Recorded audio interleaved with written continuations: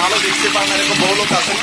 এই হিংসা করলে অনেক সময় বদনজর লাগে, বদনজর। আপনার ভালো কিছু হতে আরেকজনের জ্বালা পড়া শুরু হয়েছে, এর কারণে অনেক সময় মানুষ ক্ষতিগ্রস্ত হয়। বহুবার এই সূরা পড়ে তৎক্ষণাৎ একেবারে পড়ার সাথে সাথে আমি কার্যকরিতা আমার চোখে বহুবার দেখেছি। আলহামদুলিল্লাহ।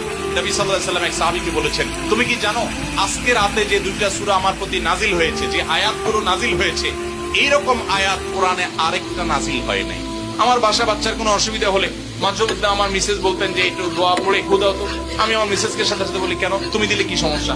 অনেক সময় বাচ্চাকে নিয়ে আসেন, হুজুর একটু তাকে দোয়া পড়ে ফু দিয়ে দেন, একটু পানি পড়ে দেন। আমরা কি দোয়া পড়ি আজকে সেটা আমি আপনাদের সামনে ফ্ল্যাশ করে দিলাম, জানিয়ে দিলাম। আপনার যদি কোনো বিপদ হয়, আজকে অনেক ভাই প্রশ্নে লিখেছেন, অনেক সময় মানুষ বলে, ভাই আমার বাচ্চাটার এই সমস্যা, আমার ওই ওয়াইফের এই সমস্যা, আমার স্বামীর এই সমস্যা, আমার এই সমস্যা, আমরা আল্লাহর কাছে আশ্রয় চাইতে জানি না। আজকে শিখে যান, এই দুইটা সূরা নাজিল হওয়ার যে প্রেক্ষাপট, সেই ঘটনা শুনলে আমাদের ঈমান আরো বেড়ে যাবে ইনশাআল্লাহ।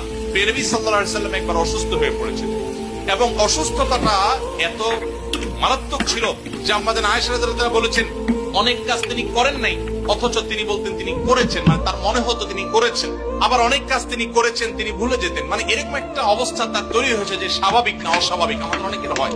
তখন নবী সাল্লাল্লাহু আলাইহি ওয়াসাল্লাম বিভিন্ন তখনকার যে চিকিৎসক ছিল তাদের সহযোগিতা নিয়েছেন, বিভিন্ন ট্রিটমেন্ট করে।